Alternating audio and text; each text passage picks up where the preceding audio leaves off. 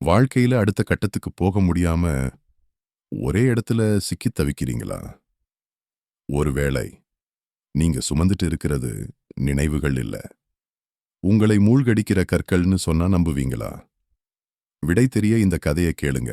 முன்பொரு காலத்தில் கேல் என்றொரு பயணி இருந்தான். அவன் ஒரு நீண்ட பயணத்தை மேற்கொண்டிருந்தான். ஆனால் அவன் முதுகில் எப்போதுமே ஒரு மிகப்பெரிய பயங்கரமான கனம் கொண்ட பை ஒன்று இருக்கும். அந்த பையின் கனத்தால் அவனால நிமிர்ந்து கூட பார்க்க முடியாது. ஒரு நாள் அவன் வேகம் கொண்ட ஒரு பெரிய காட்டாற்றின் கரைக்கு வந்து நின்றான். அங்கே ஆற்றை கடக்க இருந்த பாலமும் உடைந்து போயிருந்தது. அப்போது அங்கே கரையில் ஒரு வயதான பாட்டி மிக அமைதியாக அமர்ந்திருப்பதை அவன் பார்த்தான். அந்த பாட்டி ஆற்றில் கூழாங்கற்களை எறிந்து கவலையே இல்லாமல் விளையாடிக் கொண்டிருந்தார். அந்த பையின் கனம் தாங்காமல் கேல் அந்த பாட்டியின் அருகில் அமர்வதற்கே ரொம்ப சிரமப்பட்டான். மகனே, அப்படி என்ன பொக்கிஷத்தை உள்ளே சுமக்கிற என்று பாட்டி கேட்க கேல் அந்த பையை திறந்தான். அவன் ஒரு கூர்மையான கருங்கல்லை எடுத்தான். இது துரோகம். என் அண்ணன் என்னை ஏமாற்றினதை நான் மறக்கவே கூடாது.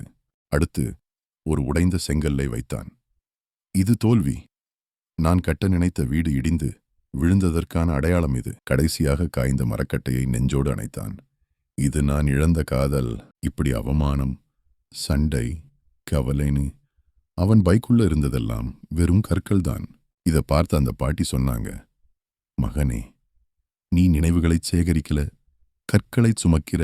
இந்த பாரத்தோட நீ ஆற்றில் இறங்கினா நீச்சல் தெரிஞ்சாலும் நீ கண்டிப்பா நீருக்கடியில மூழ்கிடுவ.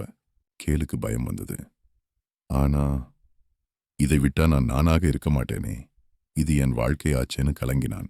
இதை விட்டாதான் நீ பிழைப்பன்னு பாட்டி சொல்ல கேல் நடுக்கத்தோட அந்த துரோகம்ங்கிற கல்ல கையில் எடுத்தான். 10 வருஷமா சுமந்த அந்த பாரத்தை மெல்ல தன் கையை விரித்து கீழே விட்டான். அந்த கல்லாற்று நீரில் விழுந்து ஆழத்தில் மறைந்தது. ஆச்சரியம், உலகம் அழியல. ஆனா அவன் தோளில் இருந்த வலி கொஞ்சம் குறைந்தது. ஒரு தசை தளர்ந்தது போல் இருந்தது.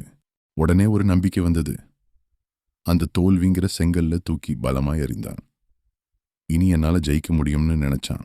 தான் உயிரே வச்சிருந்த அந்த பழைய காதலையும் கண்ணீரோட தூக்கி ஆற்றில் வீசினான். கடைசியா பையில் மிச்சம் இருந்த சின்ன சின்ன தூசி வரைக்கும் பையை தலைகீழா கவிழ்த்து ஆற்றில் கொட்டினான். இப்போ அவன் நிமிர்ந்து நின்றான். பல வருஷத்துக்கு அப்புறம் அவன் முதுகு நேராகி சுதந்திரமா மூச்சு விட்டான். தைரியமா ஆற்றில் இறங்கினான். இப்போ முதுகுல சுமையில்ல, அவன் உடல் லேசா இருந்தது.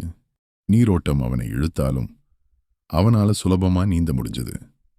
தண்ணீரோட எதிர்த்து நிக்காம அதோட கலந்தான். வெற்றிகரமா மறுகரையை அடைந்து கரையில் ஏறி திரும்பி பார்த்தான். அங்கே அந்த பாட்டியும் இல்லை, அந்த பையும் இல்லை. எல்லாம் ஆற்றுக்கு அடியில வெறும் கற்களா கிடந்தது. வானம் பொன்னிறமா ஜொலித்தது. பல வருஷத்துக்கு அப்புறம் அந்த அழகை ரசித்தான். அவன் கைகள் இப்போ காலியாக இருந்தது. அதனால புதிய மகிழ்ச்சியை அள்ளி எடுத்துக்க அவன் தயாராக இருந்தான்.